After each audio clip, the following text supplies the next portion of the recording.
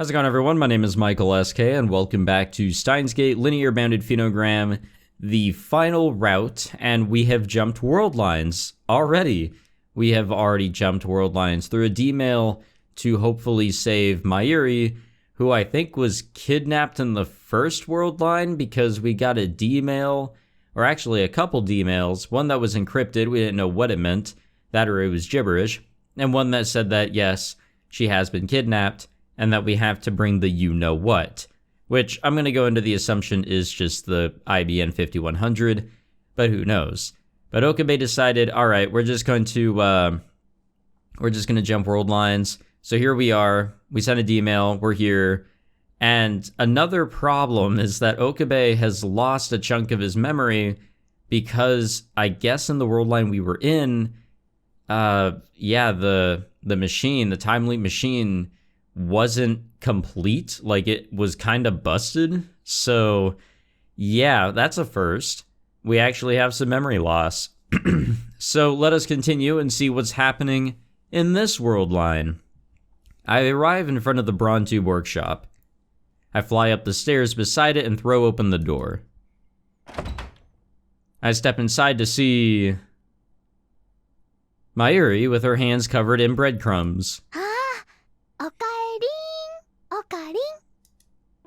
After she greeted me, Mayuri starts chewing on the breadcrumbs stuck to her fingertips. The cold lump that was in my chest melts away. As I let out a large breath, I wipe the sweat off my forehead with the back of my hand. レトリックが間違っているぞ、マユリ。それはトートロジーだ。おかえりんイコールおかえりプラスオカリンだったはず。故に、おかえりんオカリンはおかえりプラスオカリンかける2となって文法的に不自然なのだ。はは、確かにそれもそうだね。でもそれはそれでなんだかメイクインニャンニャンみたいで可愛いかも。Mayuri gives me a carefree smile. Her logic is beyond me, but that's a good thing. These unpredictable interactions are the true essence of this lab and provide the serendipity, necessary for gadget development. Serendipity, there we go. Haha, I'm smart. What's more, I was simply happy to regain our usual everyday life. で、お前の手はどうしてそんな風にハドマンドのようになっている？ああ、これはパン粉だよ。見ればわかる。俺が聞いているのはその理由についてだ。ああ、ダル君のお手伝いをしていたからなのです。Mayuri's breadcrumb-ridden fingertips point toward the kitchen. When I turn to look, I see a man resembling a barrel standing in front of the stove. It was Daru. With his back hunched, he looks even more like a barrel than usual. 何をしてるんだ、ダル？マイネちゃんに触発された。マイネちゃん？マイネちゃんと言ったらクッキンアイドールマイネちゃんのことに決まってんだろ、ジョコ。つまり？料理してるってこと。開発評議会のための料理。買い出しに行ってお菓子はゲットしてきたけど、それだけじゃ物足りないっしょ。At this point in our game of conversation catch, we've thrown the ball back and forth 3 times, but I still haven't the foggiest idea of what he's talking about. I ask a follow-up question. なぜお前が作る必要がある？僕が作っちゃ悪いん？悪くはないが、ピザはどうなった？ I remember that in the other world line, Daru was supposed to have ordered 3 pizzas for delivery. I would think those would more than suffice to feed the development summit. Then Mayuri answered. Mayuri spoke with her hands still up in the air like a surgeon. ピザラットはね、お休みだったのです。休み？あそこの店に定休日なんてあったか？定休日じゃなくて臨時休業だって。ダル君が電話したらそう言ってたみたい。Daru nods with his back still turned to me. 何かあったのかな。ピザソースがなくなっちゃったとか。 This is impossible. とにかくそんなわけでピザラットはお休みで、それじゃあ代わりにキッチン二郎のメンチカツが食べたいなーってマユシーが言ったら、だったら僕が作るおってダルくんが。ちょうど昨日の放送でマイネちゃんがメンチカツを作ってたんだ。ハードディスクに録画してあるからそれを見ながらなら作れるかなって。だからマユシーはそのお手伝いをすることにしたの。 I wonder if it's really that easy to just follow along like that. Just do the exact same thing that you're watching. I don't know, I can't cook. I just burn whatever I make. I look at the TV to see a cute girl, supposedly Maine-chan, frozen in place with her index finger pointed up. They've paused their recording. Daru returns to his position in front of the stove and checks the oil temperature inside the tempura pot. Mayuri goes back to her spot too. Standing next to Daru, she sprinkles breadcrumbs over meatballs mixed with flour and egg. Is it okay for me to leave them to their own devices? A moment of worry enters my mind. Where's Kitasu in all this? I peek into the development room and... she's there. Kitasu is sitting in front of a PC monitor typing away at the keyboard. I sneak up behind her. 逃げっとできたか？栗ご飯とカメハメハよ。なんで知ってるのよ。 Kitasu in a rush shuts off the monitor and stands up with her arms spread open what's behind her. 俺の魔眼をもってすれば、その程度のことを見通すのはたやすい。別にアットちゃんをしてたわけじゃないから、ちょっと調べ物してただけ。調べ物？タイムリープマシンはすでに完成している。これ以上何を調べる必要があると？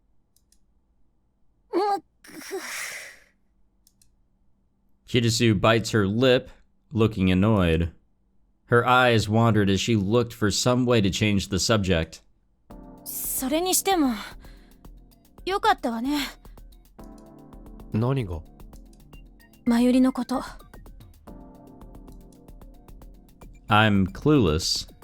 She's not supposed to know anything about the ransom note or that Mayuri had gone missing in another timeline. And it's not just Kitasu. There's no way Daru or Mayuri would know. I peek over at the kitchen. The two of them sang along joyfully as they flattened their meatballs. あげればメンチカツだよ。キャベツ波動出た。 Now that's some friendship right there. マユシ、キャベツ波動ってなんぞ？タルくん知らないの？キャベツ波動っていうのはね。 Peace had returned to our everyday life. Yeah, for now. But these peaceful days would crumble at the slightest divergence in the world line. I understood that all too well. What if something happens after this? There's no guarantee that it won't. To make sure we're prepared, I may need to explain things to Kitasu at least. With this on my mind, I turned back toward the development room and spoke. なあクリスティーナ、ちょっといいか？ I lead Kitasu down the staircase and out to the front of the Brontu workshop. 何よ、こんなところに連れ出して。ああ、実はな。 I told Kitasu about my experience in previous world lines. There was no way to do so without mentioning that I time leaped, but for some reason Kitasu accepted that with little hesitation. Today in a different world line, the workshop next to us is supposed to close early, but in this one, they're still open. Inside, the lights shine bright, and the 42-inch CRT in the back is turned on. Yeah, I'm sure that'll definitely lead to nothing terrible, am I right? The owner, Mr. Braun, is also present. He stands imposingly as he watches the news. なるほど、話は分かったわ。ただ長々と説明してくれたところ悪いんだけど、実はその話聞いたのこれで2度目なのよね。2度目？そう、2度目。とにかく今の話を聞いてだいたい状況はつかめたわ。あんたの身に何が起こったのかも分かった。ただ一つだけ確認しておきたいことがあるの。D メールはどうなってる？いくつから送られてきたっていう例の脅迫メール。It should be gone. Mayuri hasn't been abducted in this timeline. Or so I think as I open my cell phone. Yeah, we good. As I thought, the ransom letter that Ix sent via D-mail had disappeared without a trace. I'm pretty sure we looked into that. In the end of the last episode, I actually opened up the phone because I was curious. ないみたいね。I suddenly realized Kirisu's standing next to me. She looks at my cell phone screen and sees something that catches her attention. ねえ、この3通のメールは何？これも D メールみたいだけど。It must be the D-mail I sent from Mayuri's phone in the previous world line. I opened the messages to confirm. Yeah, I'm pretty sure we, wait. Yeah, okay, yeah, it's the exact same messages. And it was just as we thought. Keep Mayuri in to stop kidnapping. When my past self saw this D-mail, it must have set us on a path to this world line. And that's why Mayuri is in this lab, or is in the lab right now. And that's why she's able to stand in the kitchen and sing a song about Menshikatsu. There are no problems. Absolutely none. Except for the one thing that bugged me. おかしい。何が？この3通の D メール、いずれも受信時刻が今日の15時20分になっている。俺が直前の世界線でこいつを送ったのは18時20分前後のことだった。送信先の時刻指定はダルに任せた。マユリが確実にラボにいると認められた時刻が15時16分だったから、その時刻に D メールを送るようダルに頼んだんだ。それが15時20分だったってことね。ああ。で、それの何がおかしいっていうの？ It would have been after she left. 電話レンジカッコ仮は1時間単位でしか D メールを送ることができなかったはず。タイマーの1秒は現実の1時間に換算され、その時間分過去へと遡って D メールは送信される。ところで助手よ、15時20分は18時20分の何時間前だ？3時間前。その通り。たったの3時間前。つまりダルは電話レンジカッコ仮のタイマーを3秒にセットしたということになる。一方、これまでの実験結果から D メールを1時間前に送信するのは不可能であることが確かめられている。なぜならこの時電話レンジカッコ仮のタイマーに設定するのはたったの1秒であり、この短い稼働時間では放電現象が起こらないからだ。Right, okay. It's kind of coming back to me. It's been a long ass time. 放電現象は発生したのか。さらにその間に俺はマイリの携帯の送信ボタンを押さなければならなかったはず。どうだろう。俺はダルが電話レンジカッコ仮を起動してからわずか3秒の間に送信ボタンを押すことができたのだろうか。Well, shit, it would have to like go through that entire process though. Which, you know, could take a couple or so seconds, let alone pressing the button within that time frame. 答えは今だ。 That's kind of just unbelievable. 確実に3秒以上は経っていただろう。ところがどういうわけか。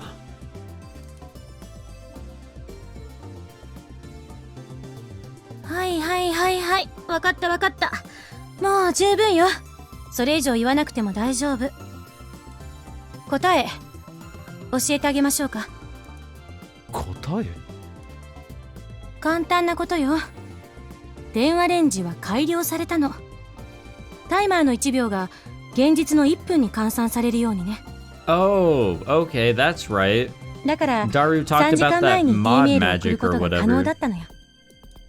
3時間は180分。橋田は単にタイマーを180秒に設定しただけ。180秒もあれば放電現象を起こすには十分。そういうことか。 Kirisu nods. 改良したのは誰だ？もちろん私。では東欧、どうしてお前は別の世界線ではその改良をしなかった？そんなこと聞かれても困るけど、多分お金がなかったんじゃない？改良した電話レンジにはものすごく高価でレアな部品が使われてるの。それを手に入れることができなかったから改良は諦めたんだと思う。だったらこの世界線ではその資金はどうやって調達したって言うんだ？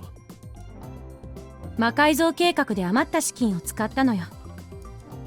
魔改造計画？ちょっと待ってよ、それも知らないっていうの？ Nope. 未来ガジェット魔改造計画、あんたが立案した計画なのよ。Come to think of it, Daru mentioned it when preparing for the D-mail. He said something like, good thing we magic modded it. But he never clarified what he was talking about. I narrow my eyes as I ask Kirisu. なんだよそれは。やっぱり覚えてないんだ。きっとリーディングシュタイナーのせいね。It seems that way. それじゃあ秋葉発明コンテストの件は？ Yeah. なあ、それなら知ってる。I take the flyer from my pocket and unfold it for Kirisu. だったら話は早いわ。つまりそういうこと。それだけでは何もわからん。ちゃんと説明してくれ。だからあんたはどこかでこのチラシを見つけてきて、突然コンテストに参加するって言い出したのよ。きっと金に目がくらんだのね。しっけえな。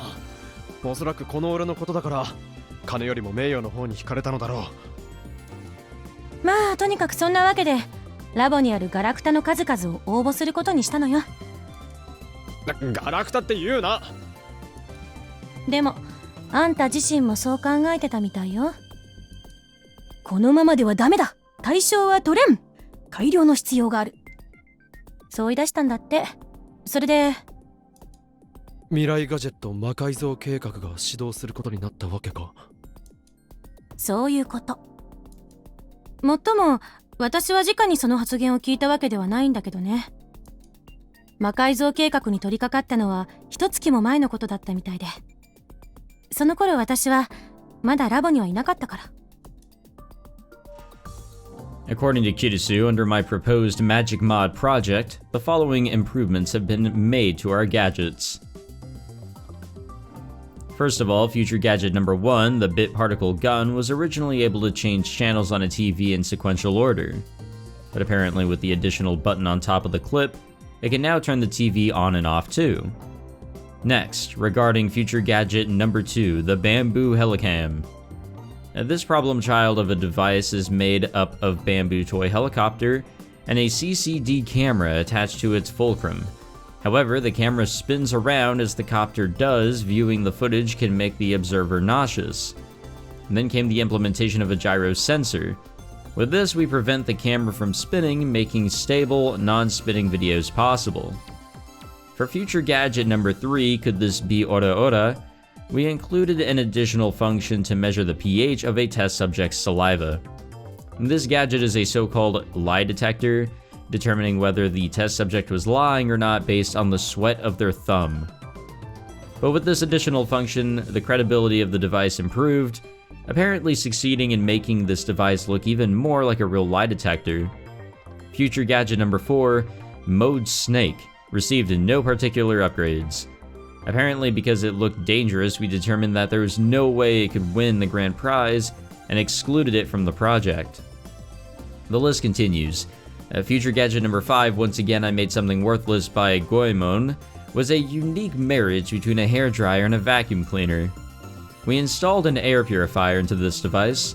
By cleaning the exhausted air, the mod made it into an eco-friendly gadget. Future gadget number 6, Xylem Saber. Oh yeah, that one. Had a fatal flaw where the fake blood inside would solidify after it had been lit up. Through the Magic Mod project, this defect has been resolved. The fake blood never solidifies, and the texture is even more realistic apparently. Last but perhaps most impressive is Future Gadget number 7, Ghost in the Ball. What was once made up of 6 CRT TVs was now composed of super high resolution sheet type OEL displays. It uses 12 pentagonal displays and 20 hexagonal displays, making it a truncated, what the fuck, icosahedron. Yeah, much like a regular soccer ball. At each corner of each display is installed a high-performance widescreen CCD camera, and the images captured by these cameras are displayed on the screen opposite. The only drawback, apparently, is its extremely long boot time. Yeah, probably. それにしてもよくそんな資金があったものだ。しかも一部は余り電話レンジカッコ仮の改良に使われたという。一体誰がそんな金を。それは Before she could answer, a slicing scream echoed through the air. It's Mayuri's voice coming down from above us. When I look up, I see flickering inside the window.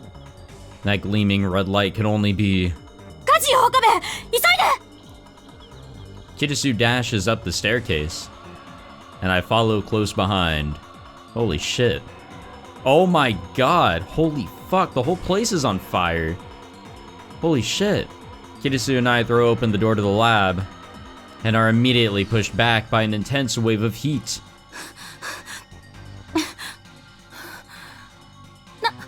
なんでこんなことになってるのよ！知らん！ The room was filling with dark smoke. Visibility was poor, and I could hardly see even a few meters in front of me. Mayuri! 誰？どこにいる？ I call out their names as loudly as I can. A response came quickly.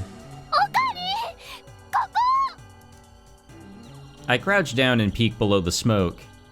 The room is divided by a wall of fire. And beyond the blazing flames was Mayuri.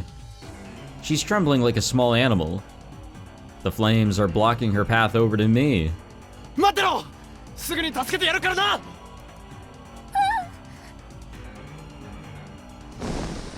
橋田はどこ？ここにいるよ。 Daru was standing right next to me. He's flustered, completely at a loss for what to do in this situation. I'm not gonna ask him what happened just yet. Saving Mayuri comes first. Isn't there like a fire extinguisher somewhere here? 119番に電話だ！急げ！わかったわ。誰は下に降りて店長を避難させてくれ！オッケー。 My lab coat was already off. Holding it in one hand, I run for the kitchen sink. I turn on the faucet and soak my coat in water. A weak voice from behind the fire, or beyond the fire, and I can hear Mayuri calling me. But I didn't take the time to respond. I cover myself in the soaked lab coat, and without hesitation, I jump into the fire. I don't think that's how that's gonna work. When I busted through the wall of flames, right in front of me was Mayuri. Mayuri! 大丈夫か？それよりもオカリンは？俺のことなら気にするな。俺は法王院教務だ。これ式の炎に焼かれることはない。I really don't think this is the time for that, Okabe. ほっぺたのところやけどしてる。これはただの日焼けだ。 As I spoke, I took off my lab coat and draped it over Mayuri's head. I wrap it around her front to cover her entire body. なんだかハロウィンのお化けみたい。 Okay, this really isn't the time for this, Mayuri. Come on. もしくは警察に連行されていく犯罪者だな。 We don't have time. Yeah, exactly. Come on. さあ行くぞ、Mayuri! I pick Mayuri up and jump through the flames once more. I run down the stairs and come in front of the Brontu workshop. The fire has already drawn a crowd. Roaring at the front of it was the owner. Come on. He was swinging his massive arms around as if he was ready to beat the hell out of me any second. Daru was trying desperately to calm him down. He held on to the owner's upper body and planted his feet. おいOkabe、こいつは一体どういうことだ。てめえとんでもないことをしてくれやがったな。For some reason, he's blaming me. Well, it's true that I am the CEO of the lab, so I guess it is my responsibility. Then, as if she could read my thoughts, Mayuri spoke. 全部マユシーのせいなの。マユシーが火のついた天ぷら鍋に水をかけちゃったから。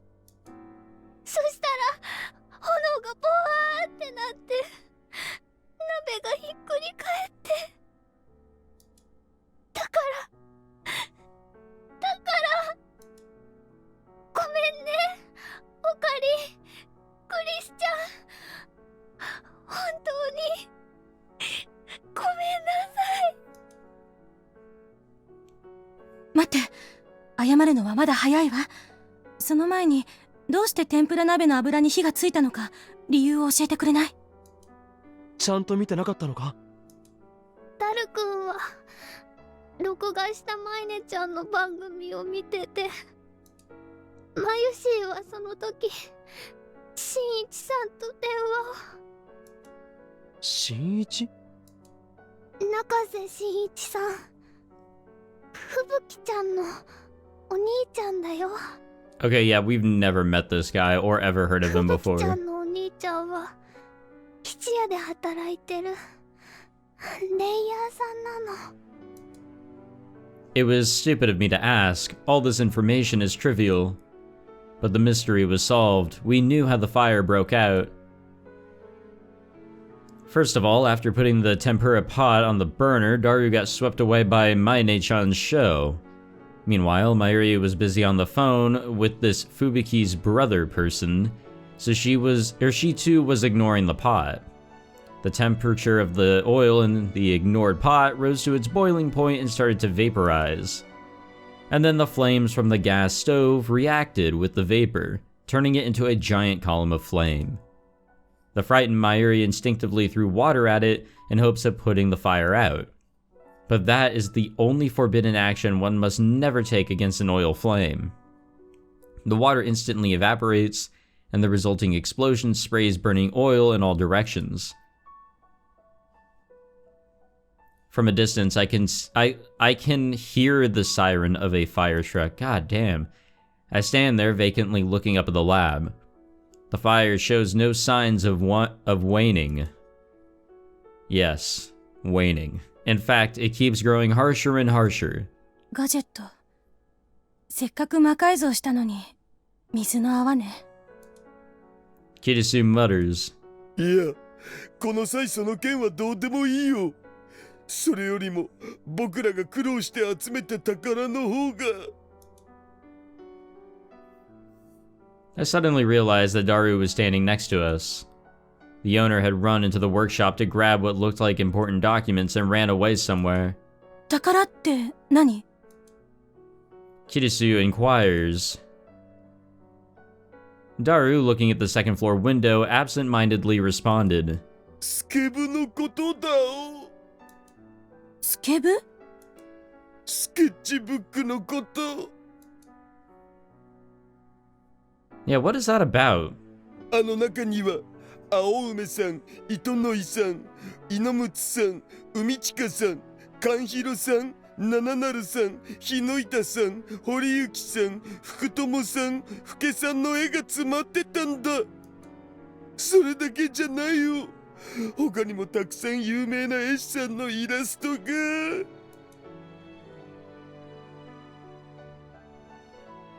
でもこの炎の中じゃもうダメぽ。きっと焼き尽くされちゃうお。ああ。You're the one that caused this, I wanted to scream, but I managed to choke back my words. Scolding Daru is pointless. Either way, what's done can't be undone. What's done can't be undone. What's done can't be undone. Right, that's right. What am I doing waiting around here? At this rate, the phone wave named subject to change and the completed time leap machine will be burned to ash. Since we can't guarantee that Mayuri won't be kidnapped, it would be really bad if I couldn't send D-mail or time leap anymore. And furthermore, this lab houses a countless number of our precious memories. I won't let some tempera oil destroy our holy sanctuary, our grand future gadget laboratory. My feet had started moving before I could think.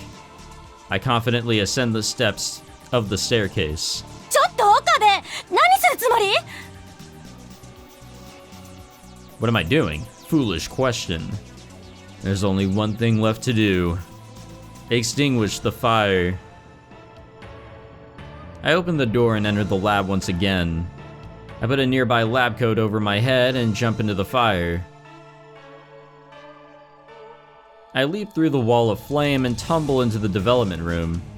Luckily, the fire hasn't yet reached this area. The phone wave named subject to change is safe. Now to deal with the fire, I will put it out. I shall extinguish it. I had two options: leap through time or send a D-mail. And there's risk involved with the former. The time leap machine is defective, Kirisu told me in the previous world line. Come to think of it, maybe the time leap machine's malfunctions were caused by the magic mods. Maybe when the improvements to the phone wave named subject to change were made, the copy and pasting of memory data stopped working properly. At any rate, there's no room for error. I must choose the option with guaranteed success. And that's D-mail. I will send a D-mail. The recipient will be my cell phone. The time will be 3:22. It was 3:20 when the Keep Mayuri in message arrived, so I decided to send this one immediately after. Just because it's possible that the Keep Mayuri in message could be deleted if I send the new one earlier. I'll have to experiment with the idea of erasing D-mails like that, but for now, I decided that I'm better safe than sorry. The message looks like this. Yep, let's see it. Stop summit. Use no fire. Lab will burn. I like that. You know, combine the lab and will into one word. After I've typed it up, I proceeded to set the timer to 240 seconds and activate. It's currently 7:22, so in order to send a D-mail to 3:22, the timer should read 240 seconds. Electricity had already begun to discharge. I had selected the recipient. All I needed to do was press send. I raised my right arm and shouted. 震えよ我が右腕。契約に基づき命じる。たけり狂しグレンの炎を沈めよ。 Then I pressed the button. Well, here we go. Where are we going now? We're still in the 4s. I think that's just kind of where we are. The world trembles, my vision wavers. My heart felt as though an evil dwarf was running around inside it, breaking things. You gotta love, like, the ways they describe what's happening in their minds whenever they either D-mail or time leap. It's insane. It's okay. It's just the usual dizziness. It will soon subside. After waiting for things to settle down, I slowly surveyed my surroundings. A stranger stands in front of me. Who is he? Ah, fuck, it's probably Shido. I did not recognize the man at all, but he stands and stares at me. It's creepy. He doesn't seem like someone I should get involved with. I casually try to make my way out of his line of sight. Once more, I take in my surroundings. The coin lockers in front of Daibiru. As usual, I didn't understand what I was doing there. But there's no question that my reading Steiner has activated. The world line has changed. Suddenly, the something about the stacked coin lockers caught my eye. Oh, Yeah, there's one that's just hella busted open. The door of the locker in the bottom left corner is severely deformed. My curiosity draws me near. I squat down and take a peek inside. Empty. There was nothing inside. So what? The locker is of no concern. More importantly, the lab. I have to check on the lab. I took off running in its direction. ちょっと It may have been the man from earlier, but by the time his voice reached my back, I didn't care. I kept running without turning back. Who was that? 7:31 p.m., I arrive in front of the Brontu workshop. I put my hands on my knees, gather my breath, and look up above me. Oh, no fire. 消えてる。火が消えてる。 There was no crackling red light behind the window. There were no crowds, and Mr. Braun is just watching some variety TV show on his 42-inch CRT television as if nothing happened. Whew. I take a deep breath with my hand on my chest. I wipe the sweat off my forehead and climb the steps to the lab.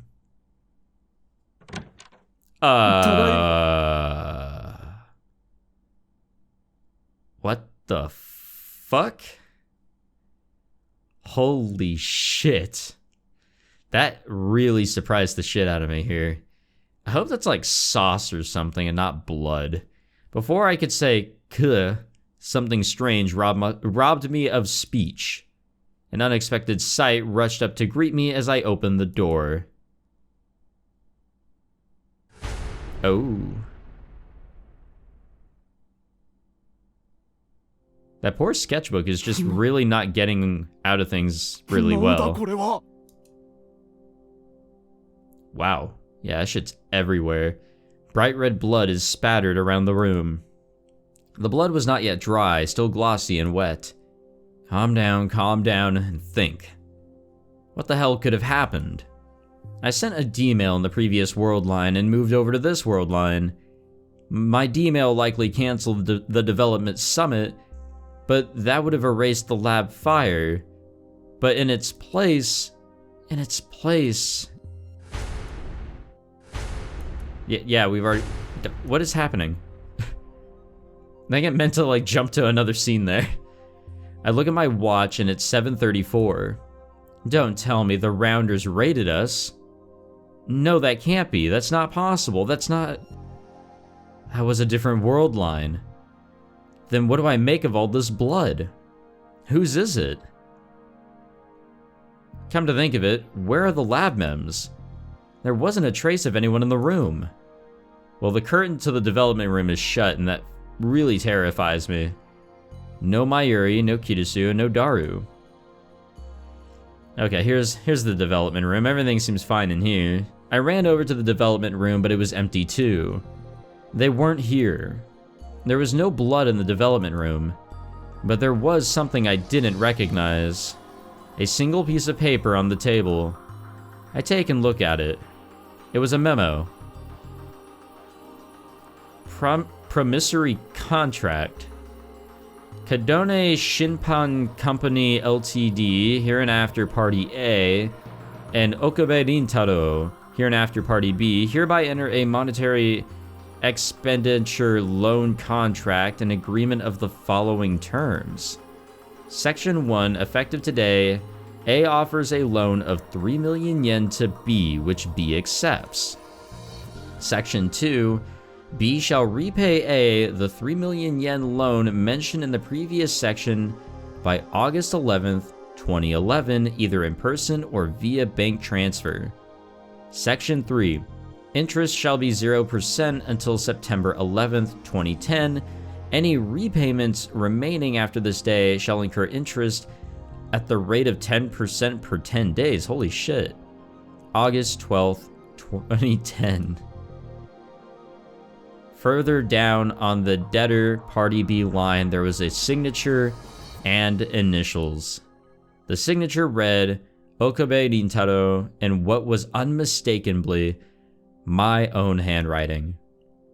I think we found out how we got the funds for this, 俺はそんな金を借りた覚えはない。 It's all kind of coming together here, isn't it? Scoffing at the absurd promissory contract, I rip it up and toss the pieces into the trash. And then I noticed.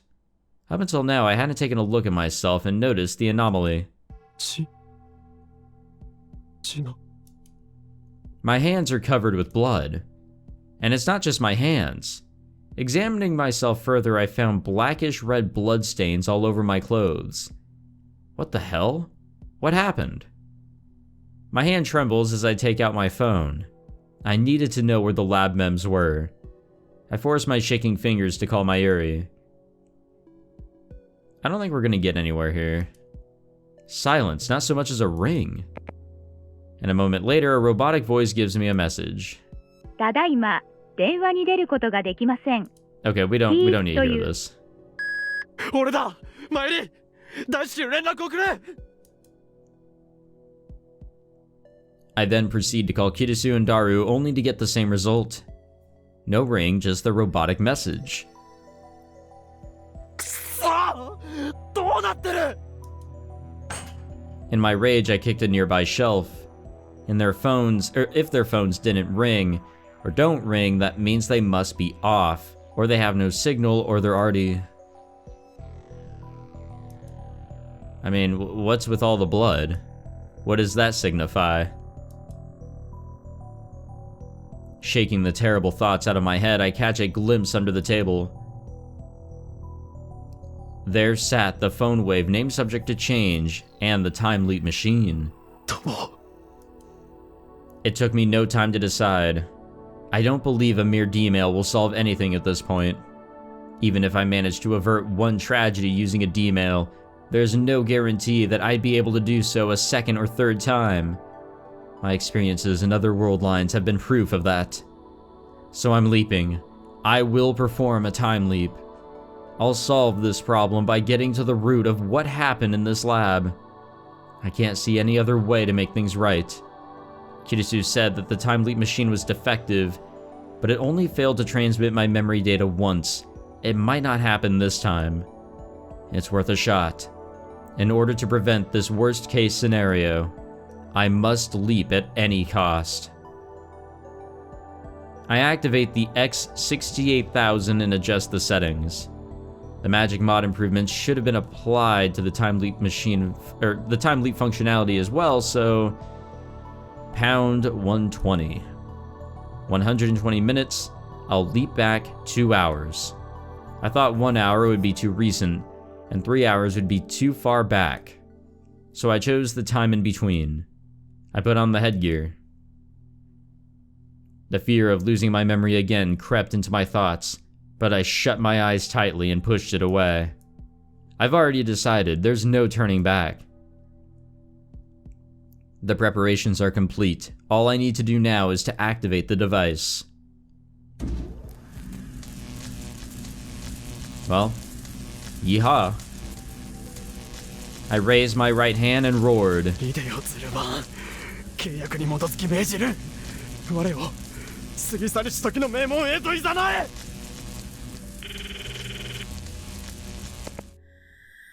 Alrighty.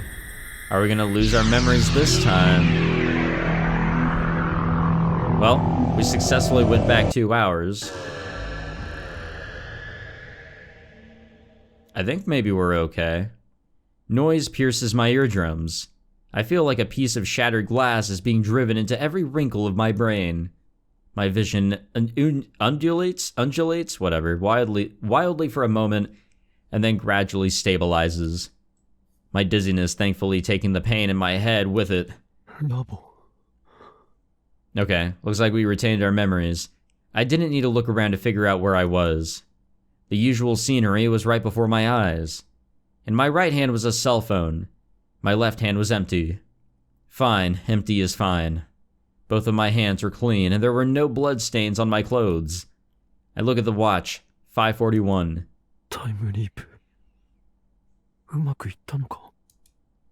What about my memory? The fact that the question surfaced at all was a sign that it succeeded. I remember everything before the time leap. I could recall everything in vivid detail, even the shape of the splatters of blood all over the room. Good times. Good times to just like 2 minutes ago, you know? That sketchbook has some sort of significance. But now that blood is nowhere to be seen. The wall, the floor, the sketchbook on the table. ねえねえオカリン、何してるの？ And Mayuri's here, so I think all is okay. I heard a voice behind me. I turn around to see Mayuri standing there with a puzzled look on her face. Mayuri. I'm struck by the sudden urge to embrace her, but I just barely managed to hold myself back. Though I had assumed her safety from the lack of blood in the room, seeing her as confirmation, the tension in my heart slowly began to relax. I sigh lightly so Mayuri doesn't suspect a thing. ところでマユリ、お前こんなところで何をしている？何って、ずっとオカリンと一緒にいたのに変なこと聞くね。I held back from mentioning anything about my reading Steiner or making a time leap. She probably wouldn't understand even if I tried to explain. さっきちょっと頭を打ってしまって、ここ数時間の記憶がないのだ。And then Mayuri said, 大丈夫？お医者さんに見てもらった方が。いや、案ずるなマユリよ。大したことはない。お前から話を聞かせてもらえればすぐに思い出すはずだ。で、何を？ Alright, so we'll stop here, and then we can kind of get the rundown on what's happening on this world line. So we're on the third world line. It's called Abduction Across Three Worlds. How much jumping are we gonna do? That's the real question, but what an episode, truly. I think I've really begun to miss how much I enjoyed D-mails. Like D-mails, they put you in a world that you truly do not know anything about, and anything could be happening. It's just mysterious as fuck. And while you are in the same location, things are different, and it makes it an entirely different location. It's kind of hard to explain, but it does bring back some really good memories, quote-unquote good. It brings back memories of the original Steins Gate when Okabe was just sending D-mails left and right and then digging his hole. Here we're just kind of jumping around. I don't think we're necessarily digging a hole, but who's to say? But it's been fun so far, and I'm very curious to see where this story goes. This has actually been, in my opinion, the most interesting story yet. I have to say, so I'm really excited to see where this continues to go. Thank you all for watching. If you enjoyed this episode, be sure to leave a like, subscribe, all that fancy jazz, and I will see you all in the next one. Take it easy.